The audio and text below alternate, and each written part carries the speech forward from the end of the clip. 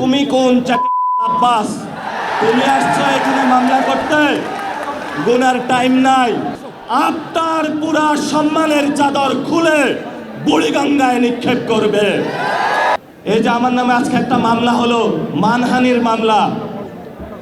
ওই ব্যক্তি চাঁদাবাজি করে, সন্ত্রাসী করে। এমন লোকের কোনো মান থাকতে পারে না, যার মান আছে তারই তো মানহানি হয়। মামলা করেছে আরেকজনকে দিয়ে, গোপনে গিয়ে হলো সাক্ষী হিসাবে উপস্থিত হয়েছে। এগুলাকে আমরা বলবো গুপ্ত। আপনি ঢাকা আটে ফেল করেছেন, লিখে রাখুন জনাব আব্বাস। আপনাকে তারেক জিয়া এসে রক্ষা করেছে। তারেক জিয়া যদি এসে রক্ষা না করত, তাহলে আপনি মির্জা আব্বাসের ছুনোপুটিও আমরা ঢাকা হাটে খুঁজে পাইতাম না।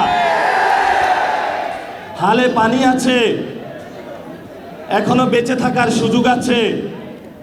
ভদ্র হন, ভদ্র হতে শিখুন। আমরা সভ্য সমাজে বসবাস করি। অসভ্য আচরণ করবেন না। অসভ্য আচরণ যদি করেন, কিভাবে আপনাকে সভ্য করতে হয়, আপনাদেরকে সভ্য করতে হয়, এটা আমাদের ভালো করে জানা আছে। ওরা আমাদের ভয় দেখায়। আমরা এক আল্লাহ ছাড়া কারো কাছে ভয় পাই না। মামলা হামলা অনেক আগেই পার করেছি। শেখ হাসিনার আমলে রিমান্ডে নিয়ে আমাকে মাথা নিচের দিকে দিয়ে, পা উপর দিকে দিয়ে সারা রাত নির্যাতন করেছিল। কখনো আপোষ করার চেষ্টা করি নাই। তুমি কোন আব্বাস? তুমি আসছো এখানে মামলা করতে? গুনার টাইম নাই।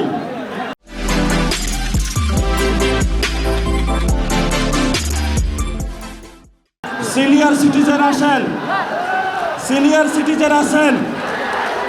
আমরা সম্মান করতে চাই, কিন্তু নিজের সম্মান যদি না রাখতে পারেন, তাহলে এই যারা ইয়াং জেনারেশন আছে, জেনজিরা আছে, আপনার পুরা সম্মানের চাদর খুলে বুড়িগঙ্গায় নিক্ষেপ করবে। আমরা ধৈর্য ধারণ করতেছি। আমরা শান্তিতে বিশ্বাস করি, আমরা গণতন্ত্রে বিশ্বাস করি।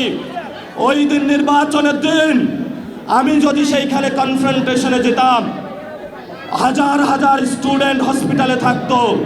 আমি গণতন্ত্রে বিশ্বাস করেছি, কিন্তু গণতন্ত্রের নামটা আপনারা ইঞ্জিনিয়ারিং করেছেন। আমরা এখনো সহ্য করছি। দ্রুত রিফর্ম অ্যাসেম্বলি করেন, দ্রুত বাংলাদেশের সংস্কার বাস্তবায়ন করেন, দ্রুত বাংলাদেশে শহীদদের বিচার বুঝিয়ে দেন, আহতদের বিচার বুঝিয়ে দেন, শহীদ ওসমান হাদি ভাইয়ের বিচার বুঝিয়ে দেন। ধর্ষণ বন্ধ করেন। নরসিংদীতে গতকাল একটি ধর্ষণ হয়েছে। আপনার সন্তান আছে, তাকে আপনি নিরাপত্তার চাদরে আবৃত করে রাখেন।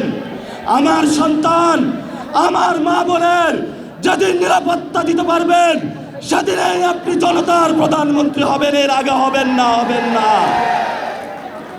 আমরা একটা আশঙ্কার মধ্যে দিনাতিপাত করছি। আইন শৃঙ্খলার অবনতি হয়েছে। এই বরিশালবাসী আওয়ামী লীগের অনেক নির্যাতন সহ্য করেছে। শেখ হাসিনার আত্মীয় স্বজনকে তারা বসিয়েছিল এখানে, কিন্তু বরিশালবাসী অগ্নিজরা বক্তব্য, রাজপথে লড়াই করে এইখানে যারা আব্দুল্লাহ গং ছিল সকলকে ইন্ডিয়াতে বিতরণ করেছিল। বরিশালবাসীর সাথে কেউ পাঙ্গা নিতে আসবেন না। বরিশালবাসী পানিতে সাঁতার কাটে, সংগ্রামী জীবন। তারা জীবন যুদ্ধে অলরেডি জয়ী হতে আছে। তাদেরকে নতুন যুদ্ধ আপনারা শেখাতে আসবেন না। লড়াই চালাবেন, আপোষ করবেন না। মাছে ভাতে বাঙালি, জমিতে যেয়ে আমরা ধান চাষ করব, পুকুর থেকে মাছ উঠাবো। আমাদের ইন্ডিয়ান কোনো কিছু প্রয়োজন নাই। বাংলাদেশে পর্যাপ্ত জিনিস আছে। মান মর্যাদা নিয়ে বাঁচবো। স্বাধীনতার প্রশ্নে কারো সাথে আপোষ করব না। সংগ্রাম চলবে, লড়াই চলবে। বাংলাদেশ মুক্তি পাবে। সবাইকে সেই সংগ্রামের আহ্বান জানিয়ে আমি আমার বক্তব্য শেষ করছি।